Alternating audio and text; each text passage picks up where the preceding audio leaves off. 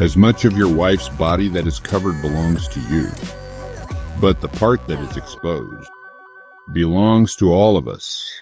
We all have the right to look at it. They say this elderly man, who must have been at least 60, boarded the train traveling from Cairo to Aswan. He looked completely rural, from his appearance to his clothes, but something about him seemed wise and experienced. At one station, a young couple got on the train and sat directly across from the old man. It was clear they were newlyweds, but sadly were newlyweds.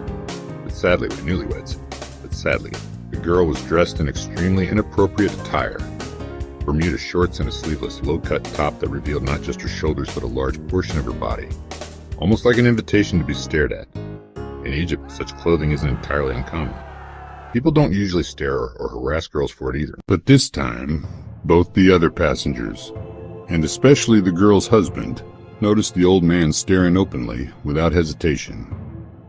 His eyes moved from her shoulders to her bare legs, again and again.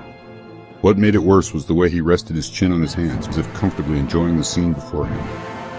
The girl was visibly uncomfortable, shifting in her seat. The husband was fuming. Finally,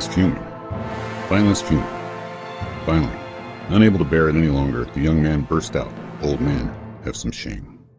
You should be embarrassed. Look at your age and look at your behavior.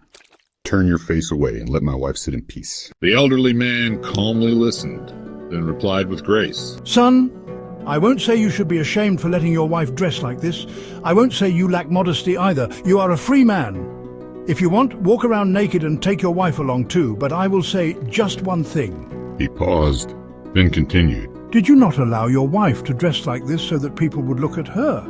If that wasn't the intention, then why are you so angry now? If the goal was to attract attention, why the outrage when someone gives it? The old man went on. Look, son, the part of your wife's body that is covered, that belongs to you. But the part that is exposed, that belongs to us, the public. We have the right to look. And if you're upset that I looked from so close, it's not me, it's my weak eyesight. To see clearly, I had to lean in. The old man's words weren't just talk. They were a sharp lesson, given in an unusual way.